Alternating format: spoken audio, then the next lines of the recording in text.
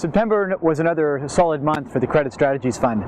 We had a number of situations in the credit markets we were able to take advantage of. First and foremost, there was Forward Credit Canada, which was upgraded by DBRS back to investment grade. This was the third rating agency to do so this year, and we've seen some real solid performance out of that name as a result. We also saw tendering for bonds, buybacks of bonds for both Lloyd's and Royal Bank of Scotland. And long-term followers of Lawrence Park know that we've been proponents of both those names for most of the year. Finally, we saw flatter credit curves as investors became more confident about credit markets and extended duration out the curve. And those combination of events led to a very solid month.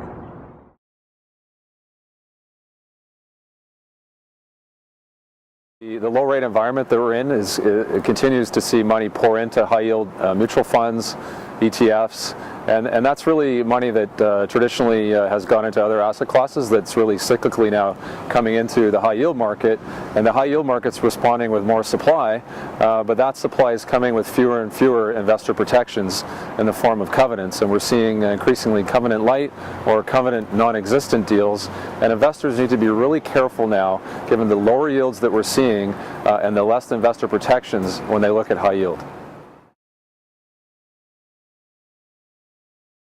We saw the DEX Corporate Bond Index hit a high in July of this year, and since then we've really bounced around. At times it's been down as much as about 1.7%. We think that low rates is going to continue for a while yet, but even during that time there will be volatility, and we will see a lot less return from the DEX than we're used to. We think this is a very good time to think about alternative strategies in fixed income as a result. Well, for sure the continuing trend is the search for yield, and that's we've seen the high yield market be a beneficiary of that. We've seen the overall corporate bond market be a beneficiary of that. I think those things are probably going to continue. For those looking for less volatility, and that's definitely an emerging trend, we're obviously seeing money look for strategies like ours where we're hedging a lot of that volatility in interest rates and overall market direction away, and you know, we think that that's certainly a place where we're going to see continued focus going forward from here.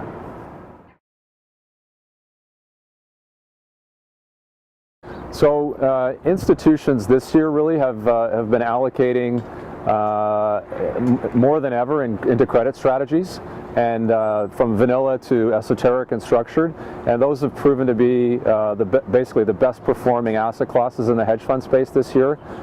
And you know, we see that continuing really, and that's, you know, again, from the vanilla to the structured, that returns that are exceptional really from a risk adjusted basis have been achieved thus far, and we think that with the right manager focused on capital preservation and low volatility, you can continue to achieve that, and really that's what we're seeing professional investors in the family office, foundation, endowment, and pension fund space doing for the rest of this year.